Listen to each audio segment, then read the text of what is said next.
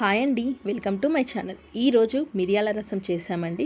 ఇది ఇప్పుడు మనకు వచ్చేది వర్షాకాలం కాబట్టి దగ్గు, జలుబు, ఫీవర్ కామన్గా అందరికీ వస్తుండే ఉంటాయి. ఇలాంటి టైంలో మనకి ఏది తినబుద్ధి కాదు. అలాంటప్పుడు ఇలాంటి చారు చేసుకొని కొద్దిగా మెత్తటి అన్నంలో తింటే ఏదైనా తినగలుగుతారు ఎవరైనా. ఇప్పుడు ఈ రసం ఎలా చేయాలో చూపిస్తాము.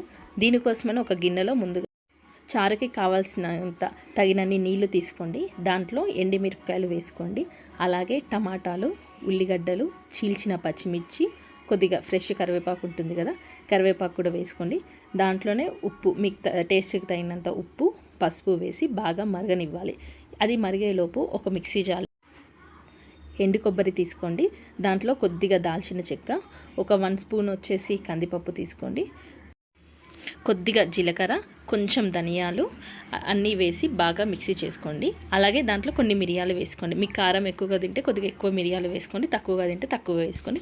వేసి మొత్తం బాగా మిక్సీ చేసుకున్న పౌడర్ని, ఇది మరుగుతూ ఉంది కదా ఈ చారు, ఆ చారులో ఈ పౌడర్ అంతా వేసుకొని మళ్ళీ ఒక 10 to 15 మినిట్స్ బాగా మరగనివ్వాలి. ఒక 2-3 పొంగులు వచ్చే వరకు బాగా మరగనివ్వండి. అది మొత్తం బాగా మరిగాక ఇప్పుడు మీరు తాలింపు పెట్టుకోండి. ఆ చారు అంతా బాగా మరిగేలోపు తాలింపు పెట్టేసుకోండి. ఒక కళాయిలో తగినంత నూనె తీసుకొని దాంట్లో ఎండుమిర్చి, దంచిన వెల్లిపాయలు, జీలకర్ర, తాలింపు గింజలు, అలాగే కరివేపాకు, కొద్దిగా పసుపు వేసి బాగా వేగినాక ఆ చారులో వేసుకోండి. అంతే, ఎంతో టేస్టీగా ఉండే మనకి మిరియాల రసం అనేది రెడీ అవుతుంది. ఇది తినడానికి చాలా టేస్టీగా ఉంటుందండి. ఫీవర్, దగ్గు, జలుబు ఉన్నప్పుడుగా తినగలుగుతారు. ఇది కనుక మీకు నచ్చితే లైక్, షేర్ అండ్ సబ్స్క్రైబ్ చేయండి. Thank you for viewing our channel.